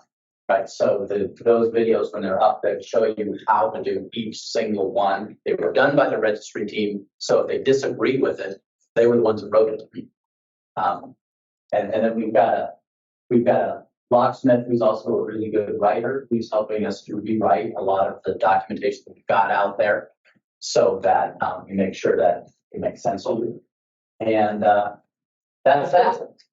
So. Also, don't forget to look at our knowledge base. It takes a couple of clicks and giving permission to get it connected to your account, but it's free. We've got right now almost 400 things that are programming events for weird things that have happened during some kind of reprogramming event that you can use. We've got stuff on how to set up some of the tools. We've got some new guys that are coming on board and bringing in some new brands that we didn't have before. So check that thing out. It's, we pay for it so you can use it. So use it. I'm sorry? Would you go over the subordinate and how that works? So subordinate is $250. I would like to have the subordinate accounts go away. Quite frankly, they are way more trouble to manage than the primaries are. But the way they work is same background check. They're $250. They have to be done by the primary. Subordinate cannot sign themselves. You have to sign them up, but you're responsible for it. Documentation is driver's license. If they're in a locksmith state, they have to have a locksmith license with a couple of caveats. New Jersey says if you're an apprentice, we officially sat down with them. Some of you got an email from us saying, so if we could get them to dump this whole, you have to have commercial and residential to work on cars. Well, they didn't want to deal with that, but what they did agree to was that if you put a sub under a primary, and that primary is licensed in New Jersey, that's okay, as long as they're managed by that. So the key is the sub needs to be managed by local, not another state. And so you can use a bond, which is traditionally what locksmiths have done because bonds were required with other organizations you work with. However, if you don't do that, you can also put employee dishonesty on commercial liability policy, and we're fine with that. We just want to make sure that, in essence, they can't back up to NASTF, back to the automaker, and on and on, because they're going to go for the deepest pockets. The attorneys are, right? So. Same proof of employment from you, and it sounds like Eric going to need to review something going on with proof of employment. So that, generally speaking, what my experience has been at looking at some of these accounts when I was doing this stuff and when I was supporting Australia was it is cheaper if there's only a couple of you to have both be primaries than it is to buy the additional support and insurance stuff you need for a sub. And 2 primaries. You can have as many primaries as you want, as long as I'm sorry, you can have as many subs as you want, as long as there's primaries to manage them. So you can have those subs and everybody can be a primary. Yes. In Canada, we don't have the sub because there's all kinds of PII things that make it so. And this is why we have so good. To save $200 of between. I don't know if y'all ever talked about it in one of the meetings that I mentioned with you about supposedly subordinates are going to get the new app, give that the ability to turn on whether or not they can buy key codes and things like that. That is another thing that if we keep this up, well, we're going to do it anyway. So there's a company admin account that's available. So if you're not working on cars, got folks working for you, be the company admin, it's free. And that is the super user for your company. So you can turn people up and on. You can do applications for primaries. You can do applications for subs. You could start D1s. So if you've got a dispatcher that's taking phone calls, they can put all the customer information. So when the VSP gets out in the field, all they got to do is bring that D1 up and, take a picture and sign off on it. Off they go. So I didn't answer the question though. What was the other part of your question? What the purpose of sub for what were the subs of that? So the other thing that we're looking at doing with the sub accounts is setting it up so that you can choose what they can do. We had some organizations come to us and say, we're trying to teach these guys to be locksmiths, and they're sneaking around buying codes so that they don't have to learn how to be locksmith. So, okay, I thought of that one. Okay, so could you set it up so they can't buy codes? So we're looking at adding that so the company admin could say, okay, this VSP can buy codes. This VSP cannot buy codes. So you can turn that off and on. So we're looking at adding some additional controls that you would have. Right now, the company admin, you have to add on after there's a primary because it's something we added on and we add all of this. But we're reworking all of that hierarchy so that the company admins can be first. So an owner can come in and set themselves up first. The other really cool thing is you can be able to drop your insurance in. For, let's say you work in 2 states. Let's say you're in Illinois and you're in Tennessee. You got business in Illinois, you got business in Tennessee. You drop your insurance in, or we drop it in for you for Illinois, and it goes all the way through everybody who works there. You drop it in for Tennessee, it goes through every, so there's no separate uploads for everything. So we're trying to make it, we really were originally built around being one locksmith at the next. But now we've got enough businesses that have got different structures and things that we're trying to support all those different business structures so that it can be business owner with locksmiths, with service repair, with collision. I mean, we've got all that in the same house in some places. And they want to structure it different, so we're trying to support that. So the sub is really just a less expensive way to have somebody on board. Just remember that the primary has to be in charge of them. They have to manage them. So if anything happens, the primary's the responsible party. So they do the same thing, just closer. Yeah, it just doesn't. It's $200 for this at this time. I'm hoping to get parity and then just make it so it doesn't matter and give you the ability to control your folks. So it just be with PSB, with an LSID, whatever. That's what you are, and your boss decides what you can do and what you can't. So. Any other questions I can answer? If you've got account specific questions, something about your account, we'll be here Friday night. Rusty's coming down to help me, and we can look up your account and help you work on that here live. And if I need to, I'll interface with the support guys. Our architect's going to stay online Friday night so we can. So if we see if there's anything unusual that you've had, there are some accounts from 20 and 21. We had a few weird things that we did to change software, costs and problems of doing it that did not renew correctly. We didn't request renewals, and we don't have a way to find them because they disappear. They show up as expired. And so if you're one of those that had account expired in 20 or 21, and you're like, I can't log in, I can't find my stuff, I can find your stuff if I know where you're looking. You have to know what you're looking for. So if you're one of those people that says, I had an account, it doesn't work. I did 2 of them at STX last week, and we had this thing where they switched from ready to review to not review. And when they showed not ready to review, they just disappeared, even though they're there, and we had no way to bring them back. So anyway, if I can be of assistance, I'll be here ready and happy to help them. So is there time in the process that some of these tools that we own are not going to be used? We don't subscribe and jump all these hoops. Well, there is a point in time.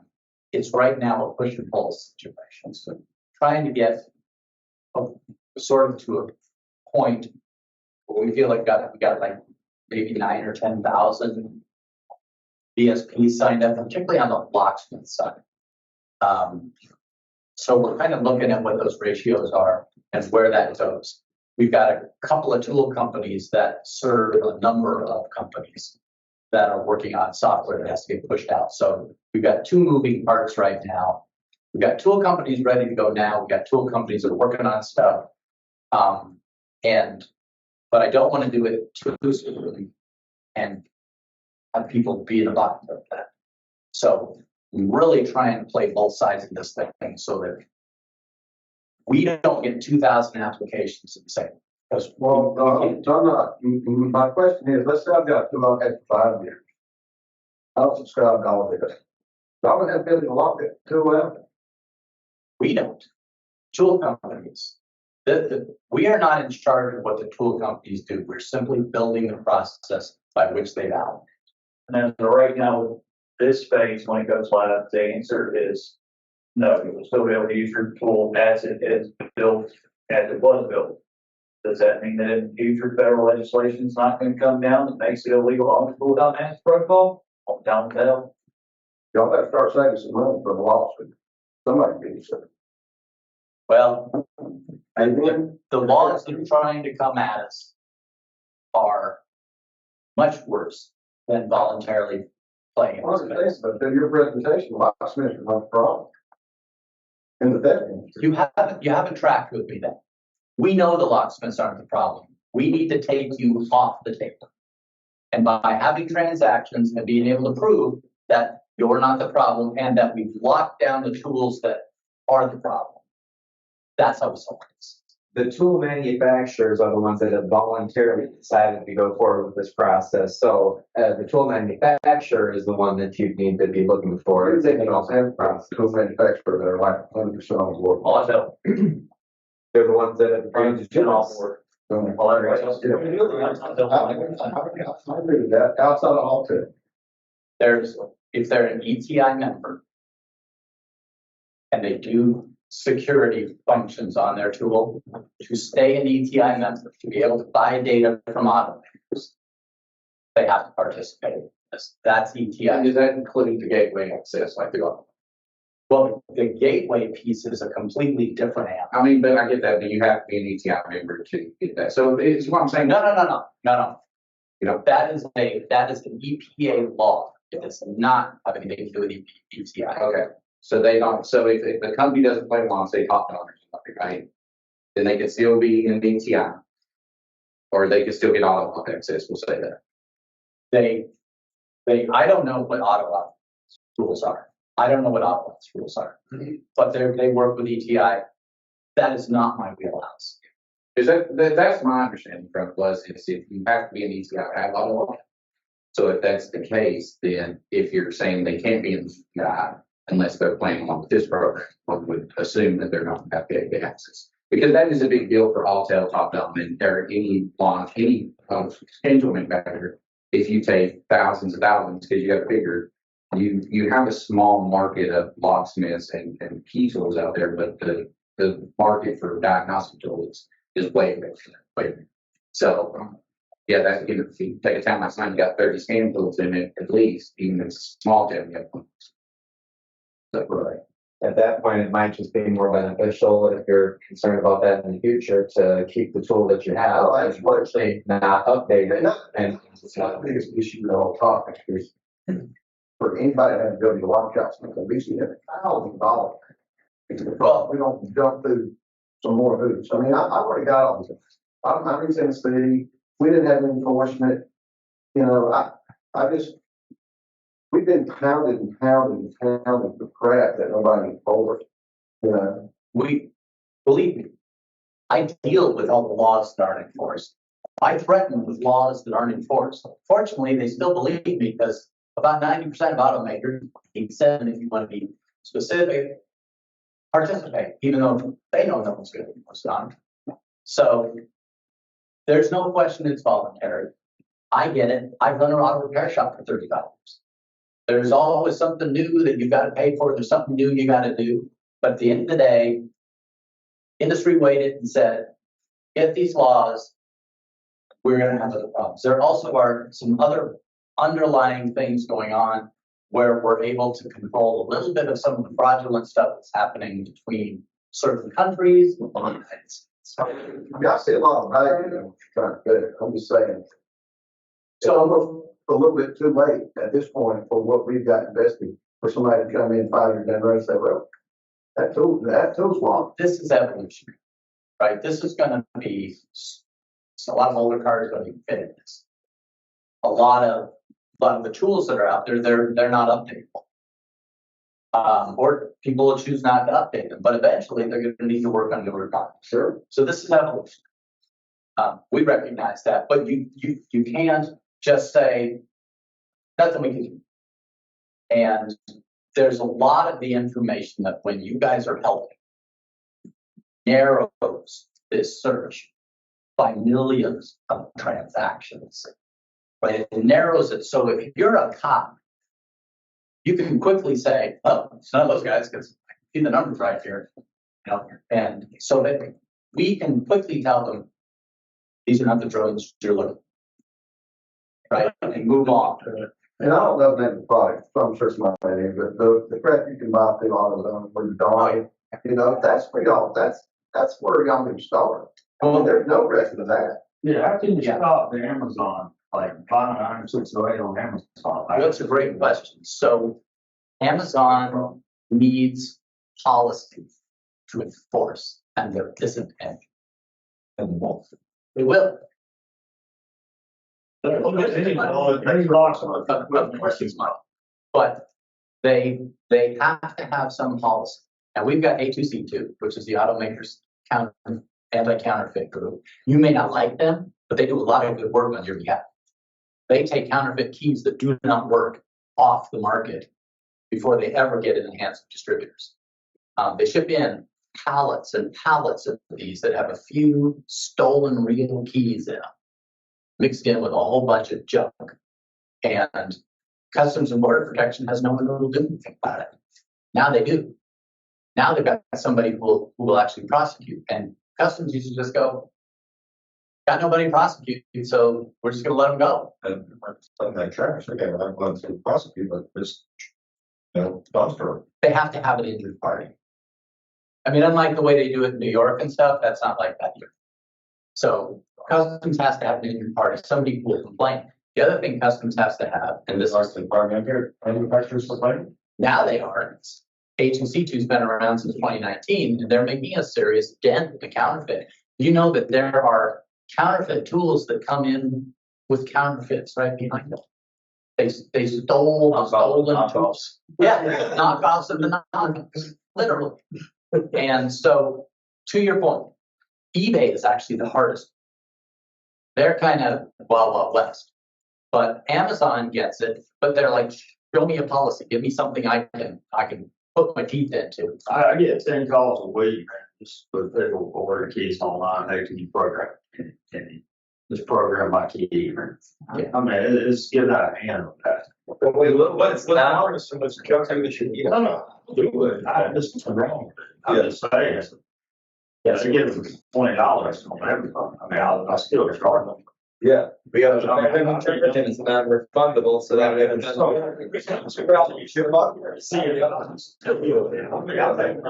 Yeah. Oh, absolutely. Just saying, just bring it up. Yeah. That was network. Yeah. The process to get on the NASDAQ board is first off, respond to the email. And so we say, is somebody interested? Do you know that I've been doing or involved? I was on the election committee 3 years before I ran this thing. We've never had anybody actually respond to that email and say, yeah, I'd like to be in, I'm interested in being on the board. I am pretty sure Claude would retire if somebody actually stepped up, but nobody has. Sorry? It's the same word numbers. Claude's been on the board as a locksmith member since 2007. We had So he's that. I mean, and he's definitely got your best interest in heart. I mean, he brings stuff up. He knows his stuff. He does his homework. What percentage of locksmiths not just the members paid, which what percentage? Right now, I don't know the exact number, but it's just slightly split at 50-50. There's a little bit more service repair now than locksmiths. So is there discussion on increasing things for locksmiths? Because right now, like between shop owners, we got 2 shop owners, we got a painter. But all the things on keep all in one. We got parts, we're gonna be in the service part, and then all of those, we have one lot. Yeah, so, There are lots, there's 2 reasons, or we have type of space. yeah, no, Like me, but it's different discipline. Because we used to have collision. We used to have somebody from collision on our board and we couldn't get back from collision, so we just gave up. But we got Bob Augustine who works for Copus or used for Copus. Anyway, so to answer your question, yes, we are, next week we got a board meeting in Michigan. And my team has been putting together changes that we're recommending to sort of the mission, right? Because the mission is functionally not changed, except to add on the VSP registry since 2000. So one of the things that we're going to suggest, we don't really want to grow the board bigger, because trying to get 15 people to all show up for something is nightmarish. But I think that we should look at, we've got these 2 up to 3 spots that are at large. I say throw them out. Like, give them specific applications. The reason they're at large is because, well, I'll give you one guy as a great example, Bob Augustine. When he first started, worked with Christian Brothers, he was a trainer for them. Then he went to a scan tool company, and he was like our tool guy. Then he's working in collision for Opus, and so then he basically became our collision guy. So that at-large position allowed us to move things around and bring more automakers and more technicians to the table. So I think what I'm going to suggest is that we look at making the minimum 2 locksmiths and then dumping one of our because I would like to get different generations of locksmiths, if that makes sense. I'm not trying to hurt anybody's feelings here, but I'm basically would really like to have a young locksmith and then somebody who's working in one of the big companies, right? So you kind of have both. You have both senses, right? Because right now our vehicle security team, those 2 co-chaired that thing from the beginning. Bob Stewart from General Motors, who's a brand protection guy, and Claude Henson. That was it. No one ever volunteered to co-chair those. 3 whole meetings a year and a little bit of planning. So we tapped Matt Miranda at Carkeys Express and said, would you co-chair this thing? And he agreed to. So the real power in the committees is telling us what you're seeing and what we can do and what needs to be changed in the policy. That's what the committees do. Board simply we're not like a lot of boards that you maybe have been. Board simply listens to the story that the staff tells and the committees tell, and then says, seems like a good idea, let's do it, let's not do it. There's not a whole lot of let's not do it, because we put together good stories, put together plans. But to your point, I think we could dump at least 1, if not 2 of our at-large positions and replace them with specific people. Because one of the challenges that we have is right now we've got the tool person that we have is the chief technical officer at ETI. Well, that's not the same as a tool maker, right? It's a totally different point in my experience, and I like that real tool maker on the board. So, yes, I agree with you. Or just to get back to the tools and having, so you have to use NASCAF and have a VSP in order to make that tool work. That's the direction everyone wants to work towards. That's the direction that they would work. And you just kind of twist everybody's wrist by they get no more information from EPI. The automakers. So let me give you a quick explanation of how that works. Yeah. So ETI, as well as Bosch, Snap-on, and then a few brands, they license information to scan tool makers so that they can make their scan tools do what the OE tools do. In sometimes their own way. They don't necessarily buy all of it. They may only buy pieces of it. But that licensing, it used to be all ETI. Then some companies decided, well, we can make more money licensing it ourselves. And so you've kind of got a tapestry of how that gets done. But ETI has got a couple of brands that if you're an ETI member, it's free.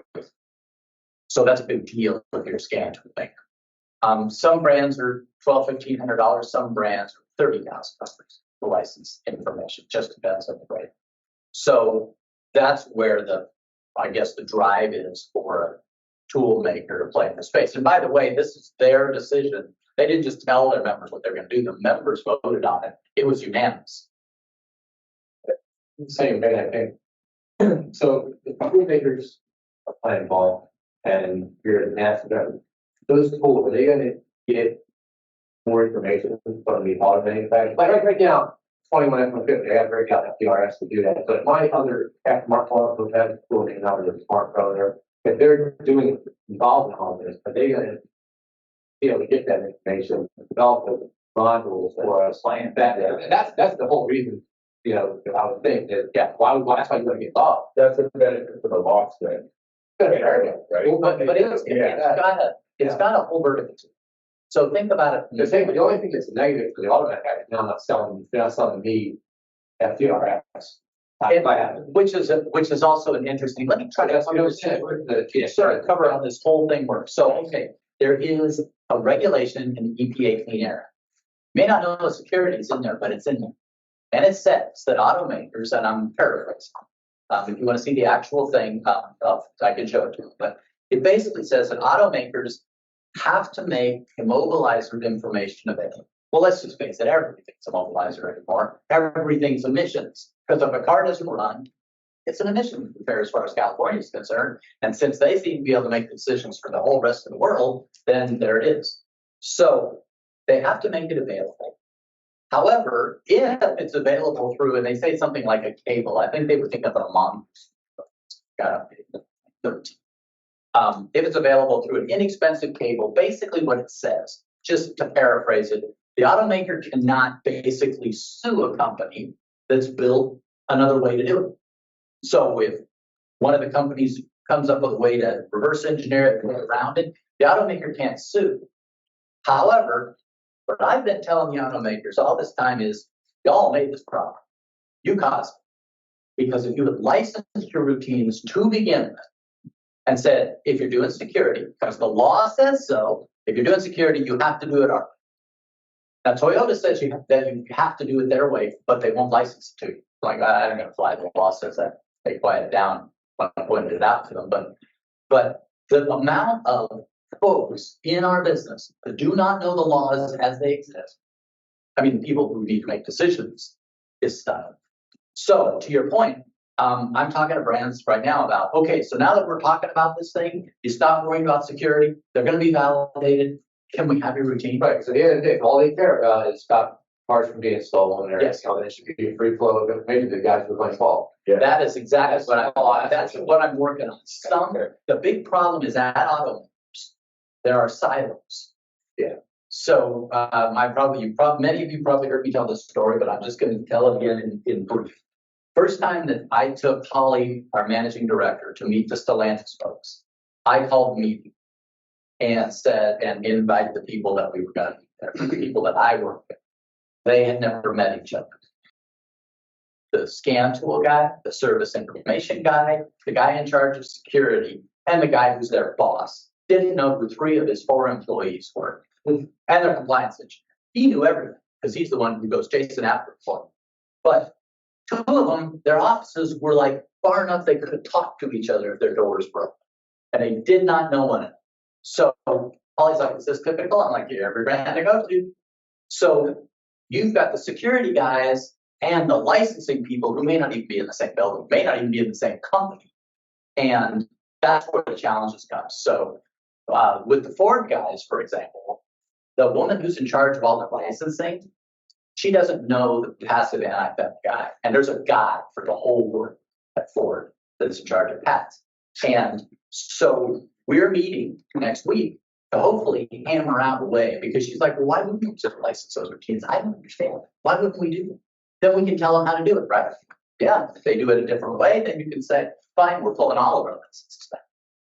So, yes, that's what I would really like to see. Is it an expectation of Alltel or Pat, those guys that's going to happen? So they're hoping for it. But see, they've got their association too, and ETI needs to take the lead on that. But I'm more than happy to take the information lead, because that's our wheelhouse, Yeah, I right? mean, the reason I'm here is the next 2 days, 4 class, the GM class, the Chrysler class, that's $1,500 to get here, and I'm taking these 3 classes, I'm looking to you, and I'm gonna buy the school, we probably bought them here in that class, so now that one goes, I already have 4, I'm gonna buy the other 2 while I'm here, but, and it's gonna, yeah, so you're spending all this money anywhere, if you don't, we're gonna get it done. If you address this, well, I'm learning this. Well, you know, for years, just to give you an example, I'll go back and forth again, that capability Ford had to diagnose misfire in their IDs. Those of you who don't mechanical curriculum. Anyway, it was like their thing, right? And it was badass because, you know, they had misfires. They didn't set codes for them. So you plug in and you do a little power valve test and you go, bing. Just like Sesame Street, one of these things is not like the other. I'm going to go look, right? But then Ford licensed that. And because others had tried to figure out how they did it, and for whatever reason, I didn't think it's that hard if they wanted to resolve and so on. But anyway, they now all the tools have got that. Did it hurt the Ford IPS sales? No, they did that to themselves. They broke everything off into multiple tools and all that. But so yeah, I would really like to go that way. That's what I'm going to push for. You trying something, you know, just, I mean, or they need. Oh yeah. Well, so it's kind of an obfuscation thing. They steal it, Yes. then they license it, and then they settle in court. And it's a national security issue. Here's why. So a little company builds a tool that does something cool. Chinese company steals their stuff. Well, they build theirs, they have access to everything. Right? They steal their stuff, they reverse engineer it, they put it on their own tool, and they go out and market the hell out of it, and they sell it for half the price of the ones that invented it to begin with, because they didn't have any R&D expenses by comparison. And then the company takes them to court, and they settle.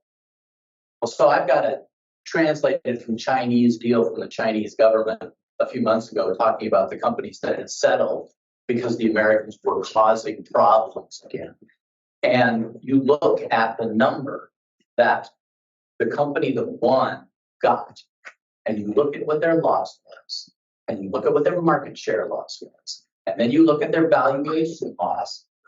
It's a plan to just keep taking it down one rung at a time. And then when something happens and you need a tool that can diagnose a car, the Chinese tools will all shut down. So if we get into a fight with China, bet your ass your Chinese tool. Well, wouldn't work that. That's a whole, we work that. This is something we're working on with the FBI and DHS. And this is shit that needs to be up. Everything, right, let's win. Take it further. So anyway, didn't want to end it on such a positive note, but